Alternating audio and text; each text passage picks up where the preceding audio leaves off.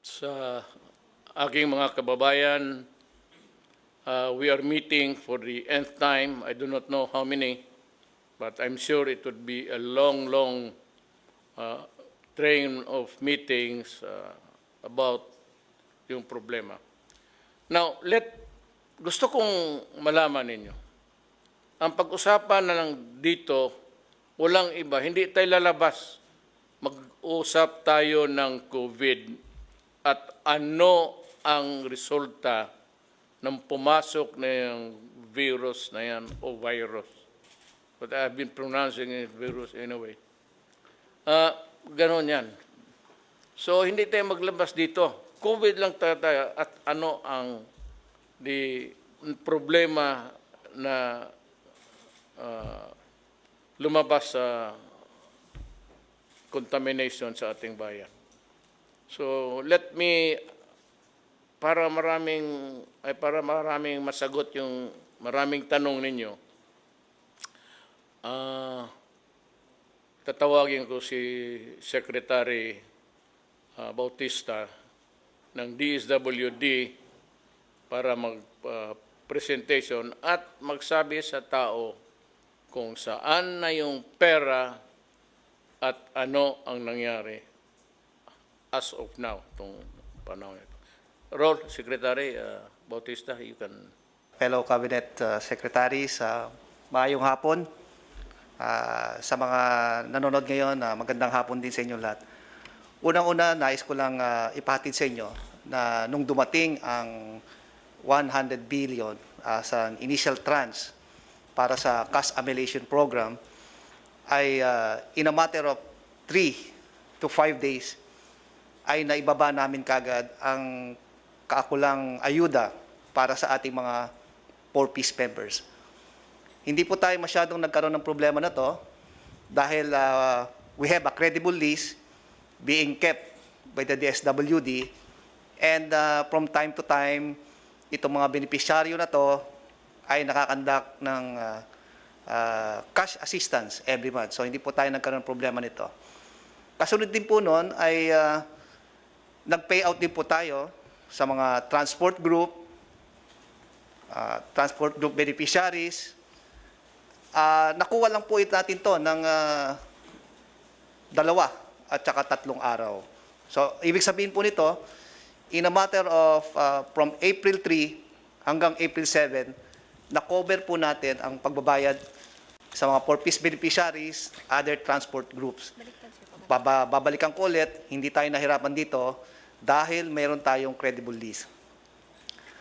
Noong April 3 po, more than 80 million ang ibinaba po natin sa field offices.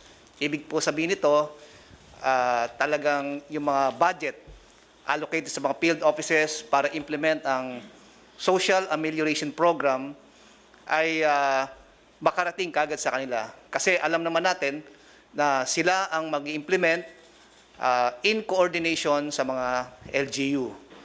Nung natanggap po nila ang amount na 80 billion, ay dito na po nakipag-coordinate po sa mga local government units sa municipal, city, social welfare development, para po i-transfer natin ang pondo sa kanilang LGU.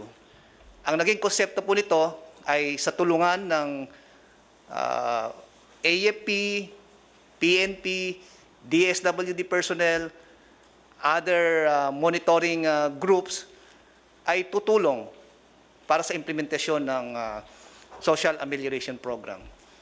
Dito po naranasan natin na merong, sabi natin, naging problema kasi po ang listahan ng mga taong babayaran ay hindi po available.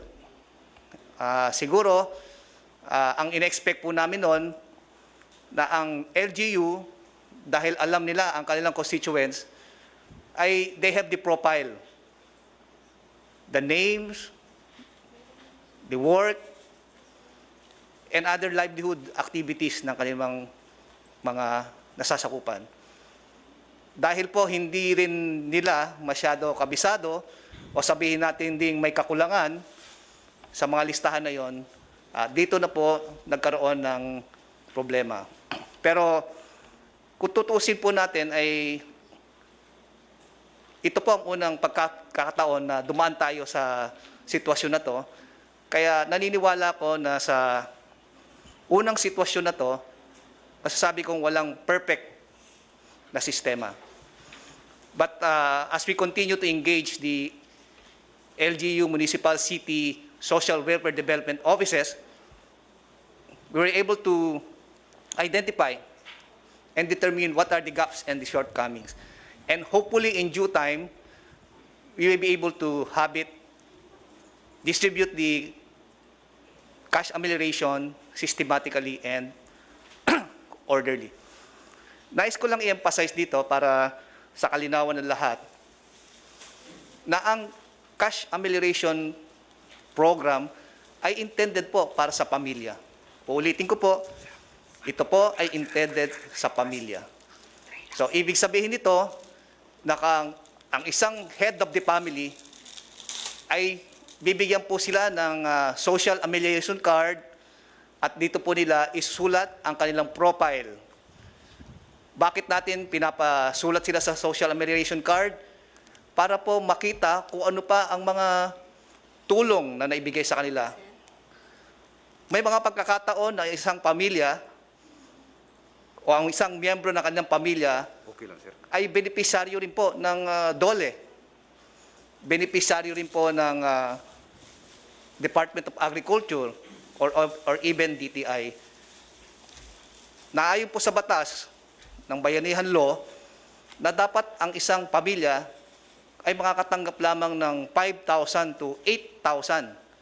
Depende sa minimum wage rate sa isang rehiyon. Ang magiging problema po natin to, kapag hindi po na-validate ang isang pamilya, magkakaroon po ng duplikasyon ng mga benepisyong ibibigay sa kanya. Ano pong magiging epekto nito? Mababawasan po ang mga benepisyaryo dahil ang isang pamilya na nakakatanggap ng, sabihin natin, kung hindi nabantayan, makakatanggap ng 1, 2 o 3 ayuda sa mga iba't ibang ahensya.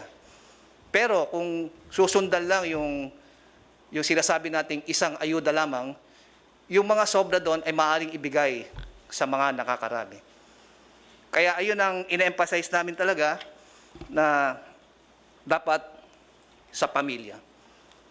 Yung mga other documentary requirements, mga basic documentary requirements na kasunduan ng LGU Municipal City Social Welfare Development Offices ay kailangan po yan dahil sa transparency and accountability.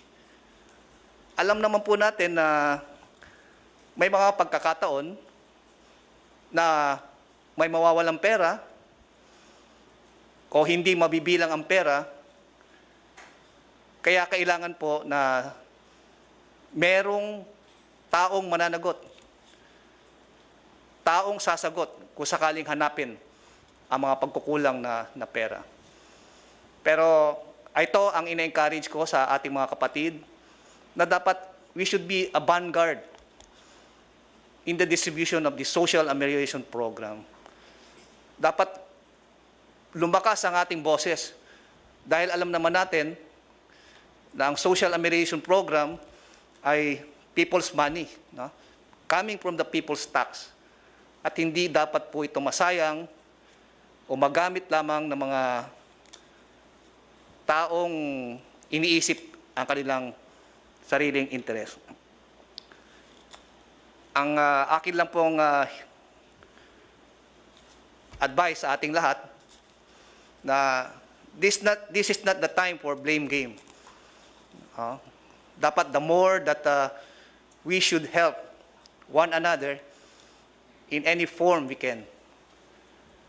Katulad ng ating sinasabi ng ating presidente na this is an opportunity for us to show to our people that we are worth a public servant and only looking after the welfare of our brothers and sisters. So ayun lang po ang aking mensahe. Ang DSWD po ay gagawin ng lahat na tulungan ng ating mga LGUs para masigurado natin na mapadali, mapabilis ang pagbibigay ayuda under the Social Amelioration Program. Maraming salamat po. Would like to Chief implementor ng ating programa si Secretary Lorenzana sa Department of Defense. Magandang gabi, Ginoong Presidente, mga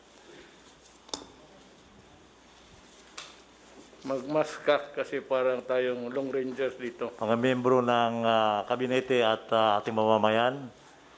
Ako po yung chairman ng National Task Force ng COVID-19.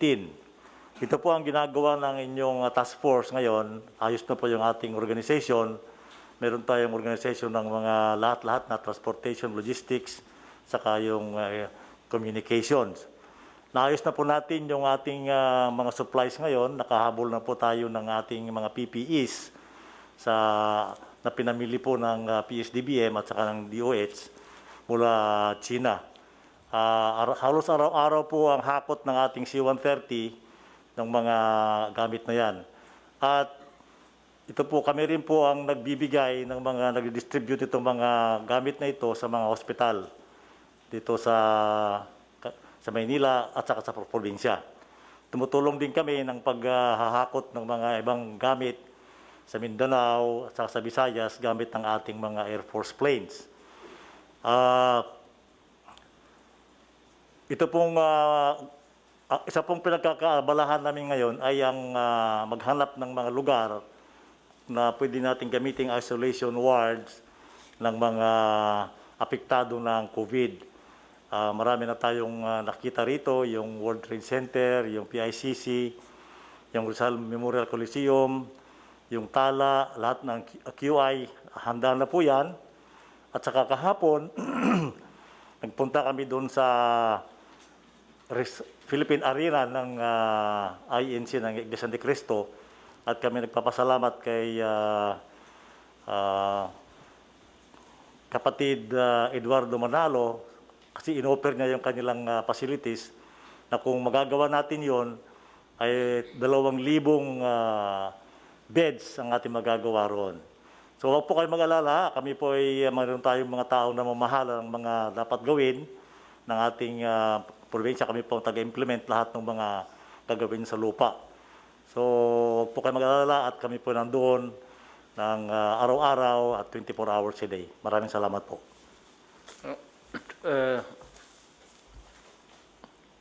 General Galvez. Sa ating mga kababayan, mag-report lang po kami na talagang yung plano po natin na National Action Plan ay on track. Yung capacity natin ng DOH ay lumalakas na po ngayon. Ang ating testing ay tumataas na ngayon na 2,400. And then yung na-accredit po na mga testing center ay umabot na po na 11. And then meron pa pong 8 na nag-a-apply na magkakaroon po ng testing. Sa ngayon po, nakita po natin na yung ating lockdown ay napakaganda po ng ating nagawa dahil po na-push po yung curve towards 1 month na delay. So it gave us the capacity to improve our medical services. At the same time, nakita po natin na talagang mababa po yung natin. Sa ngayon po, napakaganda ng ating balita dahil kasi meron po tayong 11 recoveries ngayon. Kung titingnan natin sa ibang bansa, napakataas ng kanilang death rate.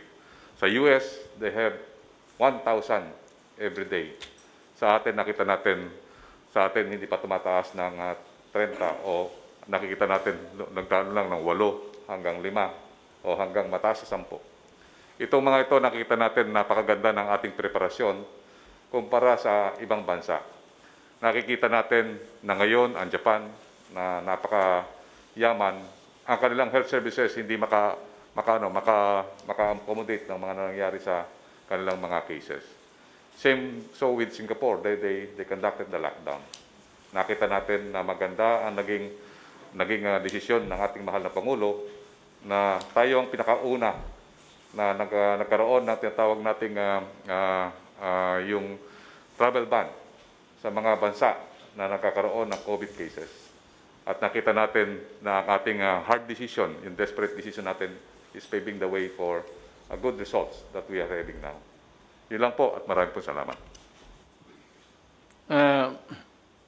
Maybe Secretary Duque, then maybe Sunny would want to just say a few statements about after Secretary Duque.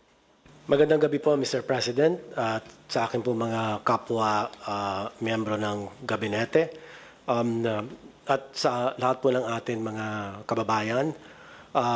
Ako po ay taus-pusong nagpapasalamat dahil po sa napakamalakas na suporta na ipinamamalas ng ating Pangulo, at kaya naman po marami din po tayong mga tagumpay na nakakamit sa pagsulong po ng ating programa laban, yung plano po natin laban po sa COVID-19.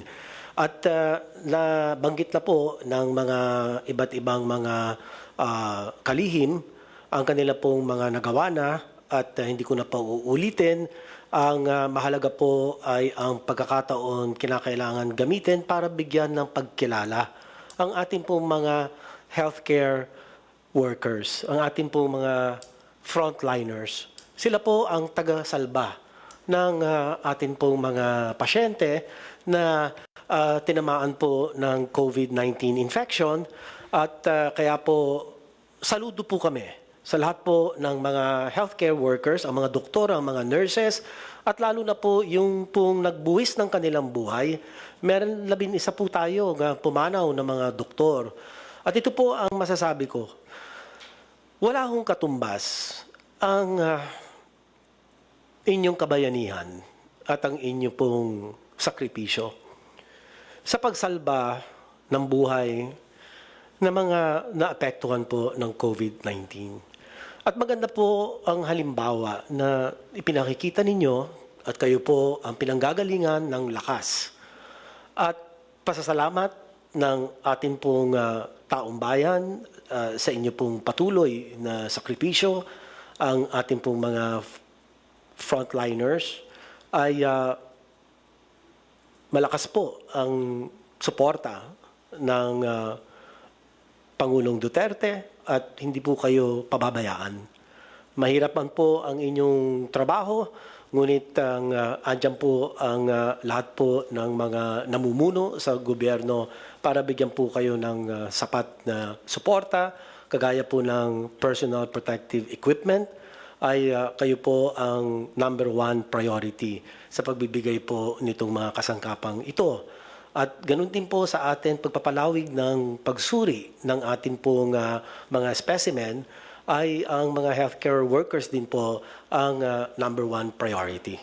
So ito lang po ang akin masasabi, at pagka ihahambing po natin ang bilang ng mga may impeksyon sa Pilipinas, ay isa po tayo sa may pinakamababa na bilang sa 3,764 po ang bilang as of yesterday, at ang ito pong bilang na ito ay lumalabas 2 ang total case per 1 million population. Isa po tayo sa pinakamababa. At kung ihahambing po natin ang mga mayayaman bansa, ay di hamak na malayo po ang atin ranggo.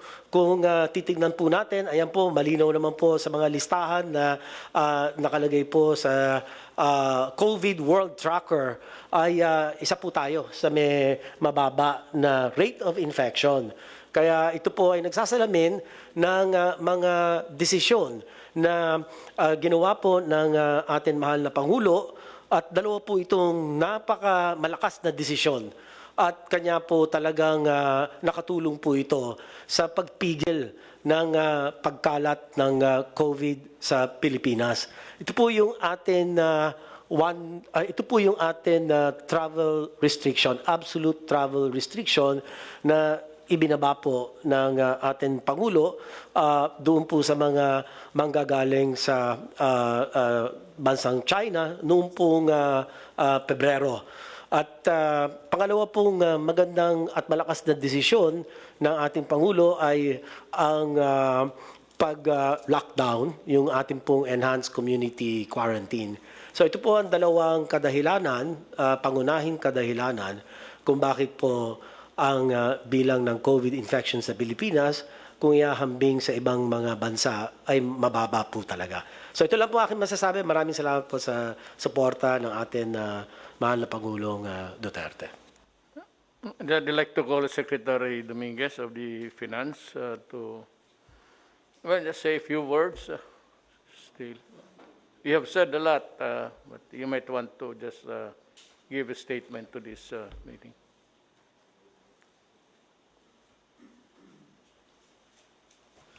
Gandang gabi, Mr. President at members ng Cabinet.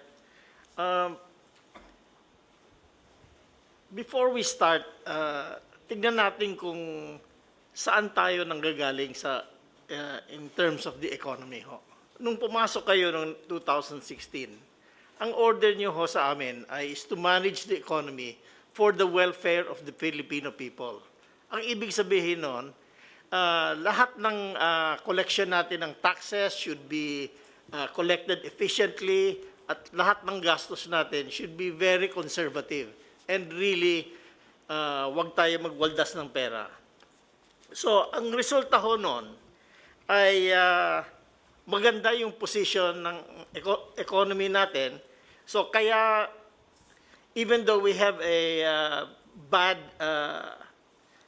luck to have this COVID-19, we are very well prepared. Ang growth natin from 2016 ay average 6.4%. Yung collection natin ng income ng government is the highest in 22 years as a percentage of our growth. Ang utang ho natin has gone down to the lowest it has been in terms of percentage to GDP, and it's only now 41.5%. Dati ho, 70% of GDP yan. Ang inflation ho natin, bumaba na. So it's, last month it was 2.5%, and it is within our target of 2 to 4%.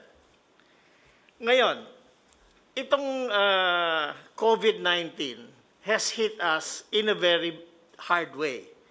Ang katotohanan lang, ang estimate natin, our GDP growth will be 0 or minus 1%. Ang temporary unemployment natin will be 1.2 million workers. Pero this is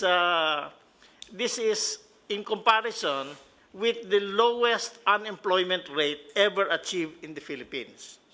For the economists ho, tignan din natin yung budget deficit natin from 3.2%, lalaki ng 5.3%. In other words, we will be spending more than we will be collecting. But we are spending more in order to save the people and make sure that they have food on the table during this time. So, ang debt to GDP natin ho, tataas ng from 41%, siguro aabot ng 47%. Pero that is still very low in compared to our neighbors. May isang neighbor tayo na 80% of GDP ang utang nila. Ngayon, nagpapasalamat ho ako na the legislature gave you the power to reallocate the budget so that we can meet the new, how would you say, the new priorities now, which is the COVID, which is brought about by the COVID. So, the economic managers and the central bank have put together a fiscal and monetary actions of a value up to this date of 1.17 trillion pesos or 6.8% 5 to 6% of the GDP. We have a long breakdown of how we help this program, but mostly it was to provide subsidies for the low-income families and workers of the small and medium enterprises. We also spent a lot of money, about 600 million pesos for health care and COVID items. And the central bank has provided 830 billion pesos in liquidity for the economy. So, this is what we have done so far. Ngayon, right now, we are working on our recovery or our bounce back program. But to do that, we have to analyze first what is the damage to the economy. So we have a survey, and we have already received 44,000 respondents, and we will analyze that para matignan natin kung saan ang malaking damage sa tourism, sa manufacturing, at saka anong mga companies na natamaan ng masama, either small and medium enterprises or yung mga big corporations. So we are also coming up with the program to continuously borrow more money to support the Philippine economy and our fight against this COVID. Right now, tinatap natin yung mga kaibigan natin sa ADB at saka sa World Bank. And we will probably be borrowing mga 5.6 billion US dollars from them. Kung kulang pa ito, we will go to the commercial market. Pero okay naman ang credit rating natin. Tumaas nga, BBB plus na tayo, the highest ever. So we are confident na we have the financial capability to bridge this problem that COVID has brought us. So we want to assure all our citizens na at this point in time, we have the money, although we have to realize na hindi naman endless yung pera na ito. So kailangan we have to spend it correctly. Hindi yung for wasteful expenditures. So the program is to spend first to help the poorest families, and then to help the small and medium enterprises, and then to provide support for the companies that are supported by their banks. So, Mr. President, you have created an economy that can stand a hard hit, and I think the Filipino people should thank you for your very conservative economic policies. Salamat, Secretary Sunny Dominguez. Before we end, I'd like to make a recap. Ako na ang mag-summarize ng ano yung mga pinagdadaldal namin dito. Sabi ko, hindi tayo lalabas sa COVID. That's the topic. At yung mga problema na ibinigay ng COVID sa Pilipino. One is that marami na pong report sa akin na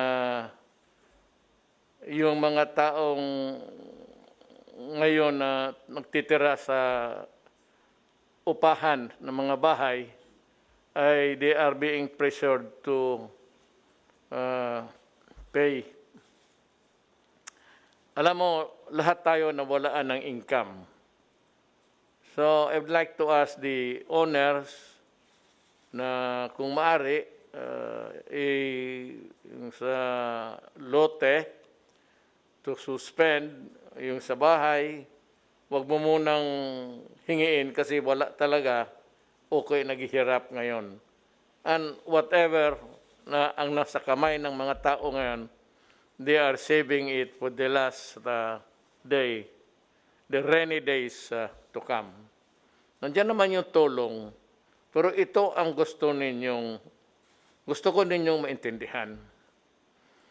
Yung pinagdadaldal ng isang congressman na ulol, torpe, na may 300 billion binigay ng Kongreso, hangin ho lahat yan. Wala pa yung pera na yan dito. Yung budget for next year, we are preparing it now. Yung budget na pinapatakbo natin was prepared last year. But COVID was not included in that budget. So yung sabi ko na 300 billion, yun yung mga sinabi ko na walang masyadong proyekto na walang siguro. Or projects, sabi ko, that cannot be completed during my term.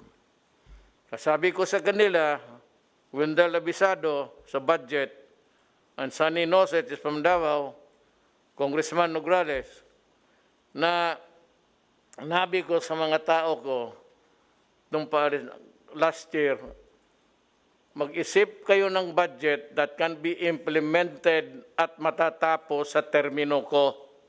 Ayaw kong lumabas sa opisina na mayroong mga project na hindi natatapos.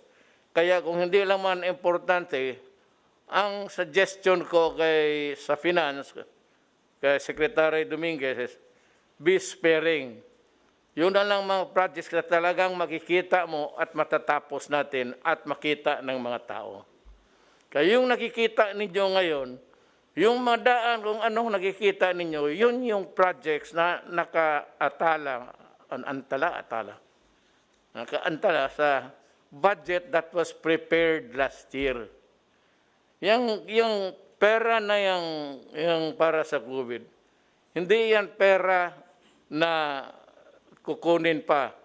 Yan ang nireserba ni Secretary Dominguez na may pang buffer zone tayo at may maiwan tayong pera bago tayo umalis sa gobyernong ito. Yun ang totoo dyan.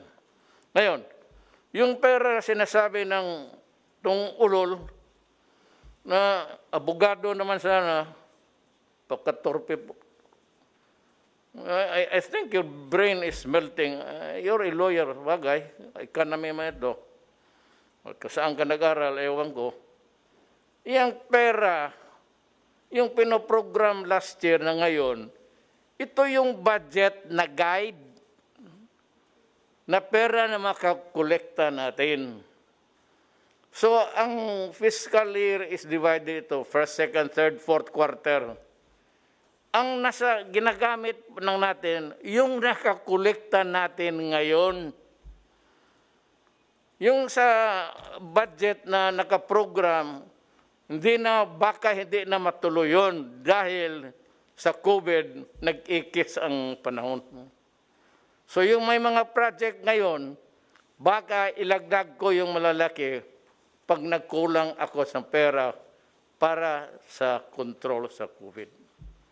Maggastos itong inang kalaban na ito. Hindi mo makita at lahat ay tinatamaan, hinuhostage tayo. Sabi nga doon nag-Facebook sa akin, natatawa na lang ako. Paano natin labanan yung COVID kung nagtatago tayo? Hindi mo kami pinapalabas ng bahay. Alam ko,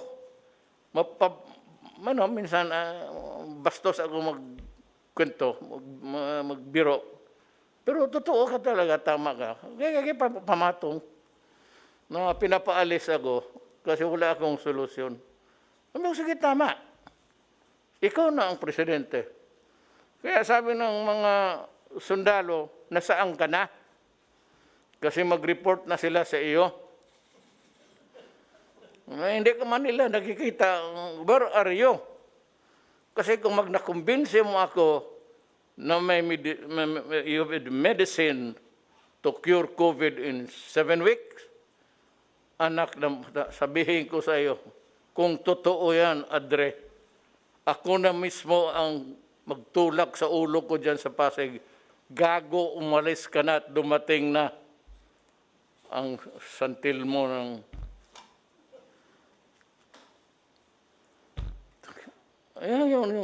What is so exasperating is that we are trying our best.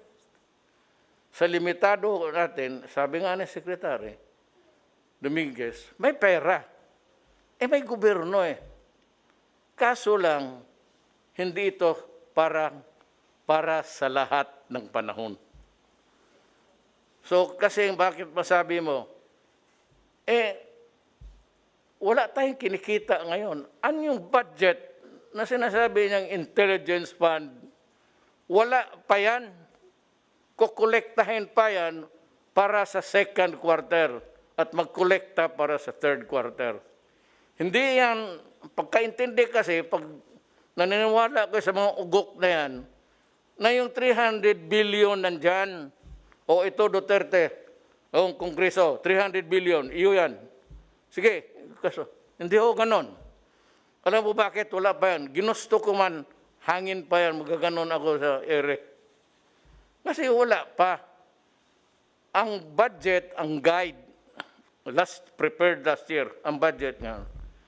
Pero yung pagpatakbo ng what's inside the budget is really the money that will be collected by the finance people ni Secretary Dominguez. Wala pa yan.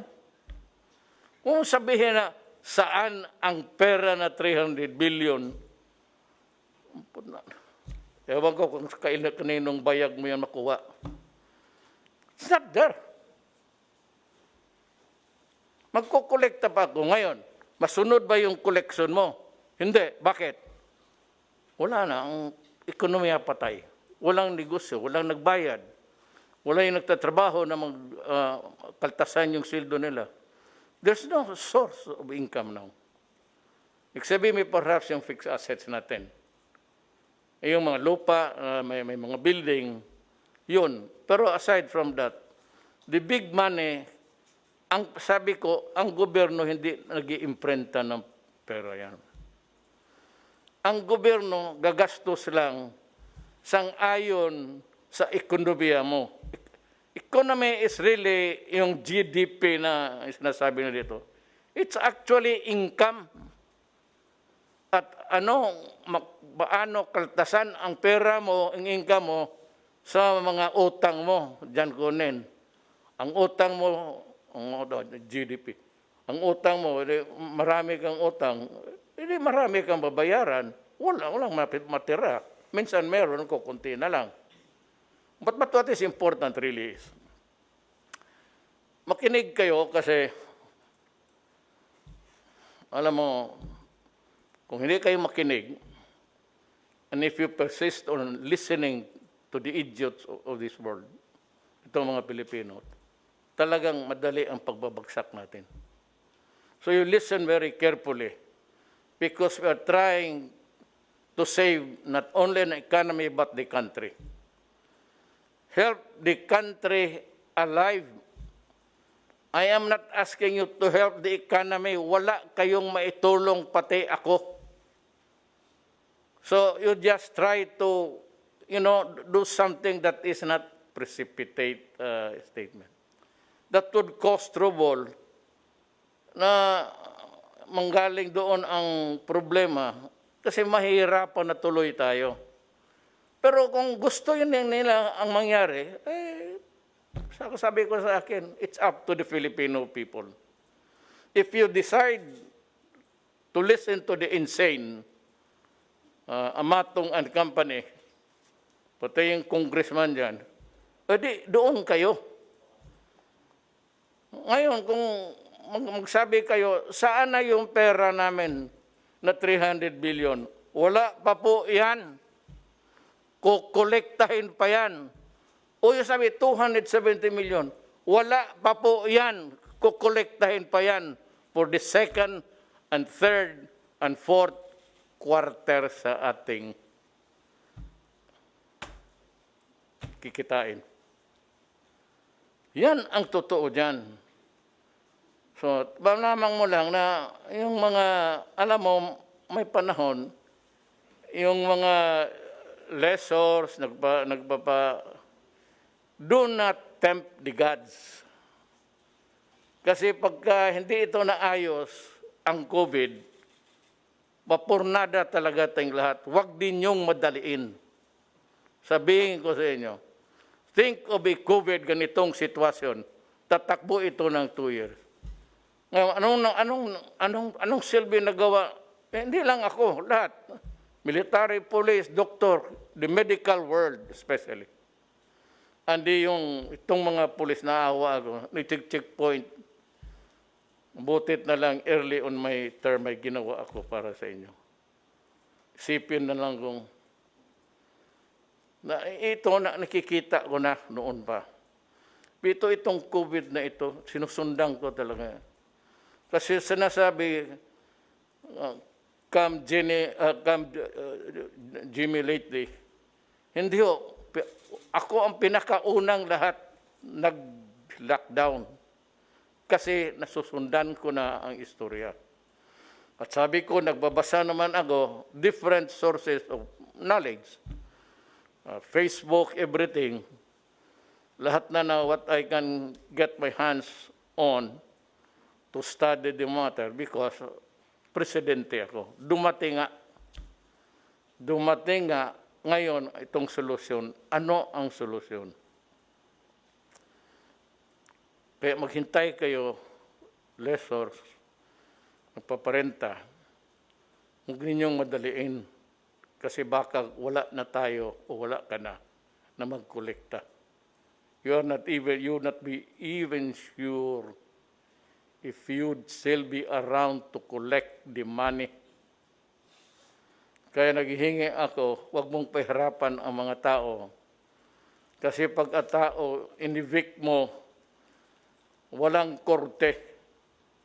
Hindi naman ako nagpakamarunong pa sa mga judges o the judicial department of the government. Kung magsabi ng i-evict mo yung tao ngayon sa bahay, sabihin ko talaga si Rep, putak, huwag mong sundin yan. Kung ako nag-warning lang ako, ipilitin ninyo, hindi makabayad ang pamilya, itapo ninyo, sirahan ninyo yung bahay. Sabihin ko, buksan ninyo yung bahay. Papasok mo uli yung pamilya. Punta ka ng korte, sabihin ko, huwag kayo maniwala sa korte. Hindi makakatulong yan. Hindi sana gusto ko ng anarchy. Pero at this time, makialam ako sa lahat ng opisina. It's because it is my duty to preserve the nation. And the only way I can do it is really to impose order. Ngayon, kung sundin mo lahat ang batas para makapabor ka under the law, but itong panahon ng COVID, hindi naman talaga natin gusto at nandito, at gagawin mo yan, magsalubong tayo. Sabihin ko sa iyo, magsasalubong tayo. I-evict mo yung tao, pupuntahan, personal ko, pupunta ako, sabihin ko, ibalik mo yung tao. Huwag mong itapon yan sa daan, kasi tayo ang mag-inkwentro. Kung hindi mo naman pala gusto mo tumulong ng kapwa-tao mo, sunugin na lang natin yung mga apartments mo. Total, may bumbiro. Tawagin mo. Wag ganon. Wag ninyong i-pressure. Ayaw kong gustong magsalita na ganito. Parang hold-upper. Pero if you interpret it that way, hold up talaga ito. Hold up mo kami sa aming mga pinaghirapan namin o itong mga to. Ako lang, hirap ako magsalita. Sikip ko kasi lahat sila naka-maskara. Mahiya naman ako kasi ang order ko, huwag kayong lambasan, walang maskara. Tapos makikita ninyo lahat sila, ako lang ang hindi. So, maghingi ako dyan sa mga sundalo. Binigyan nila ako. Pero ang binigyan nila yung para sa mataas na ilong. Kaya nahulog kasi wala akong ilong. Hindi naman ako. Saan ba niya bila ito? Sa Amerika?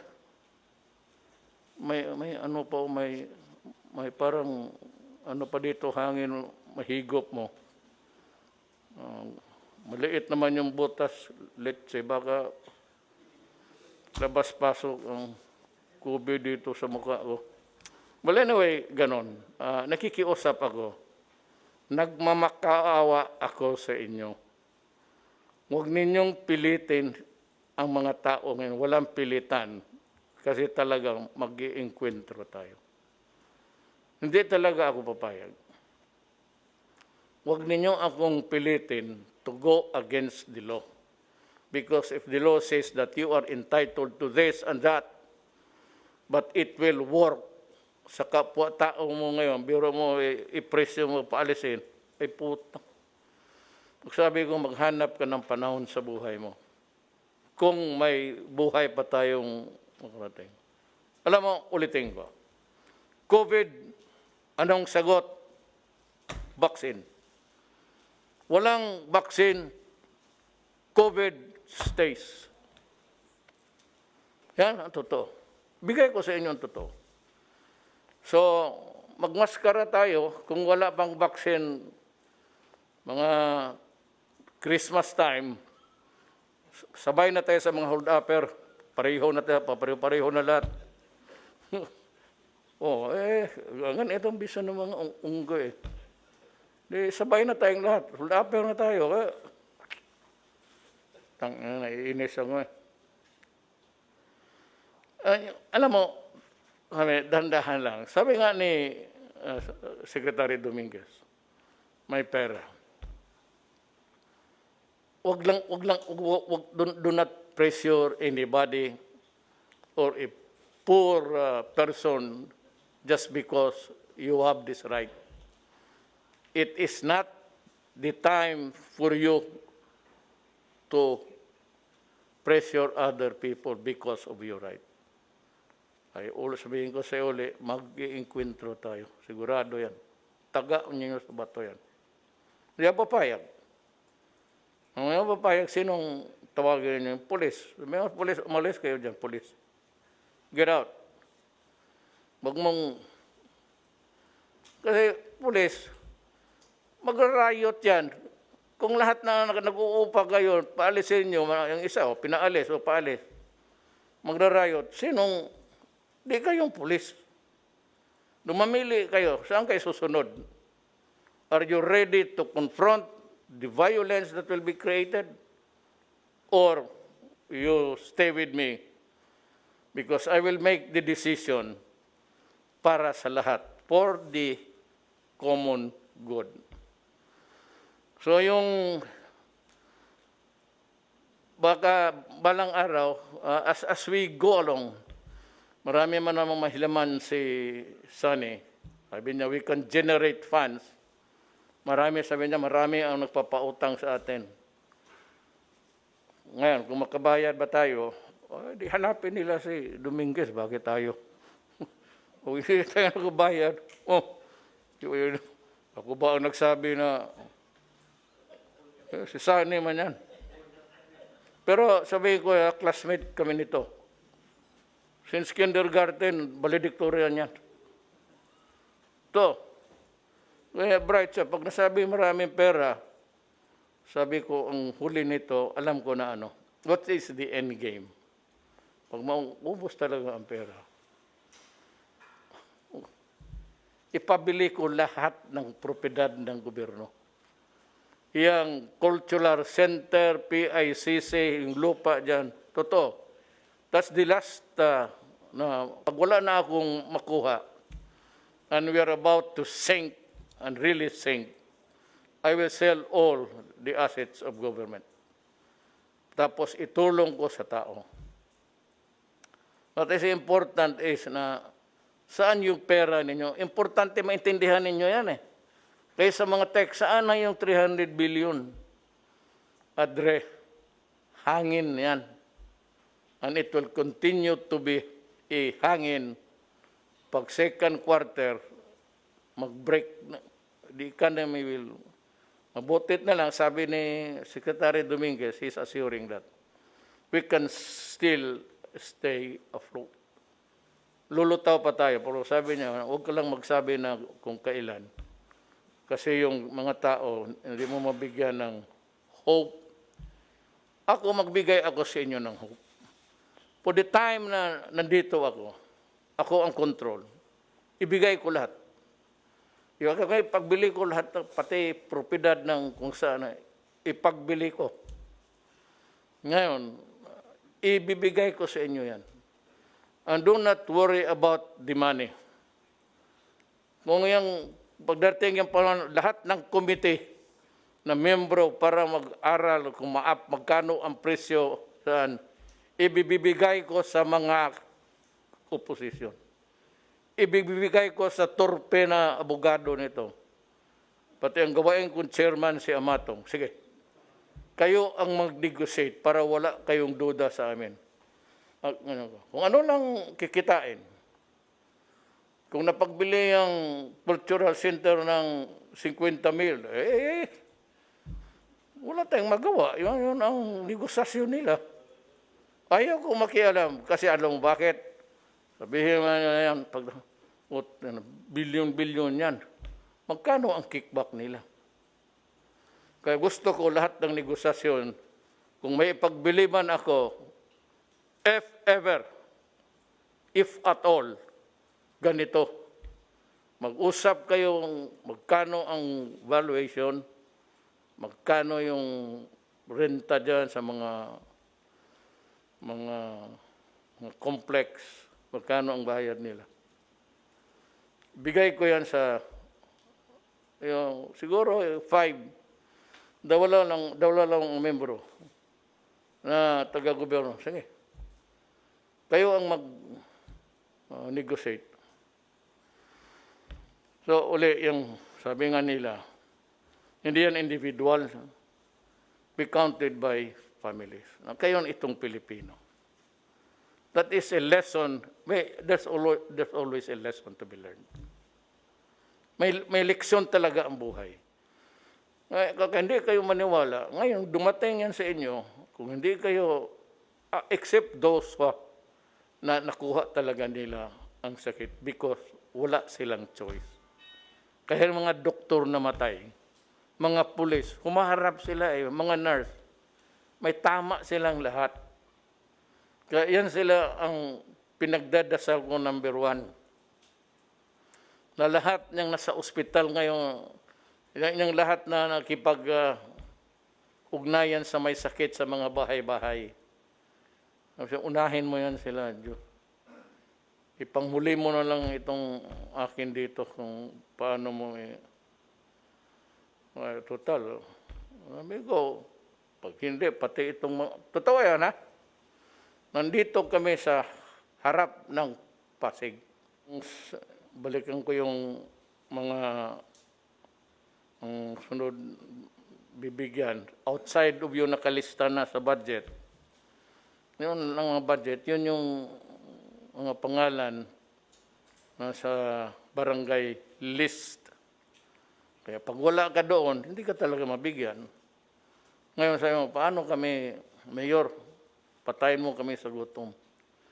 Well, the men on the ground will know. They're human beings. Rule, puro general to General Bautista, General Rosena, and General Galvez. They will look for a way to help you. Hindi ka na hinanapabayaan. Yung talagang nawala sa linya, you also might want to take it up with your mayor or barangay captain. Ang pag-asa natin is including UP. Itong atin, ipagmalaki rin natin ang mga doktor natin. Yung mga bright. Kasi over time, yung nag-survive kasi ng COVID, nagkaroon na kayo ng... Kasi ang COVID, hindi yan nana, hindi yan sugat. Hangin yan nasa hangin. Ang problema noon, kung maghintay ka lang mag-atsi, tapos kung palayo kang... Ngayon, yung germs niya, nilalabas na niya, kung malapit ka, pagdating ng hangin, yung binubuga niya doon sa hininga niya, o sa gip mo, kaya maraming nagkaroon ng pandemic. Italy suffered, magkano ang sa Italy ang namatay? 10,000? 15. We're trying to figure out how Sani can come up with yung mga nabawasan yung iba naman kasi nag-retired na, hindi na nakapag hanap buhay. Yung iba nag-asa lang kasi yun ang propiedad ng nanay pati tatay nila, hindi nang magtatrabaho. We are looking for a way how government can help. Pag mag-asa lang tayo na sabi ni, anong ibig sabihin ni yung credit rating natin, BBB, B plus, ibig B plus, yun ang one of the highest na magpahiram sa atin kasi marunong tayo magbayad, marunong tayo maghiram at marunong tayo magbayad on time. Kaya yung sinasabi ni Secretary Dominguez, ang credit rating natin is B+, which is halos nasa A na. So, magkano utang natin? Well, it could go into trillions. But ang Japan is 300 trillion ang utang. Pero gumagana sila kasi ang ekonomiya nila, they have the capacity to pay. Baski trillion, ang kumikita naman sila ng trillion rin. Ang mga taga-UP natin, yung gumaling na, nagkaroon na yan sila ng antibodies. Ibig sabihin, matatag ang antibodies nila. Matanda, bata, wala, babae, lalaki. Pag nag-survive ka ng COVID, ibig sabihin yung antibodies mo, yung panlaban mo sa virus nasa iyong katawan eh. Hindi antibiotics, hindi penicillin, hindi biologics, hindi lang.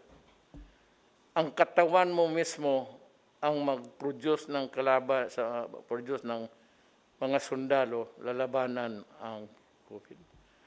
Ang mga taga-UP, they are trying to figure out, yung nakalabas na sa lahat na magmabuting loob kayo, and I think kung ako, I should volunteer. That is the way of thanking God that you have survived. Pakuha kayo, kasi yun ang dugo ninyo, yung plasma ninyo, yun ang i-inject doon sa mga tinamaan. So, yung katawan mo, makukuha niya yun, yung dugo na kapatid mo na Pilipino, makukuha niya yan. Kasi kung mahina ka, matatanda, kagaya sa amin,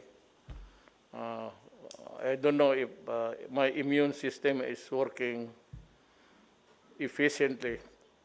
Sabi nga nila, ang vulnerable, yung matatanda. So anong solusyon, Duterte?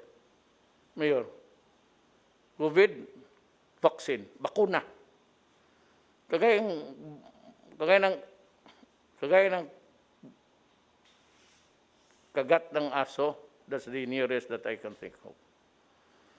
Pag nakagat ka ng buang na aso, pag hindi ka na injection ng anti-rabies, you will die.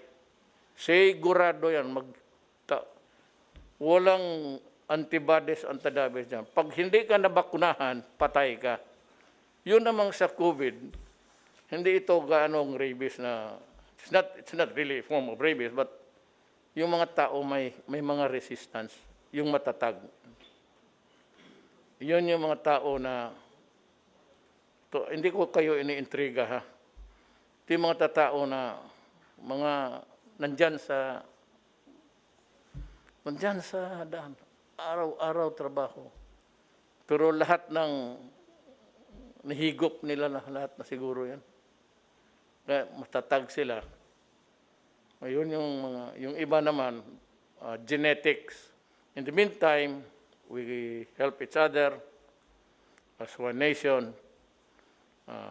Hindi ako magano kung if you still want a quarrel, go ahead. I said, there will be a time for that kung mag-survive tayo. You can keep criticizing, pero alam ng taong bayan, alam na ng Pilipino, ano itong COVID at ano yung hakbang ng gobyerno. At importante ito, I was stressing it again and again. That's why I requested the presence of Secretary Dominguez. Saan yung pera? Sabi, saan yung 300 million? Oy, ugok, wala pa yan. Kukolektahin pa yan. Pag nakolekta na yan sa second quarter, yung pera na pag-ipon mo, ang batayan yan is the budget prepared last year, which is being implemented now. Yung mayroon tayong savings, yun na yung sinabi ko kay Secretary Dominguez. Mag-ipon ka for the rainy days. Dumating nga talaga sa buhay natin.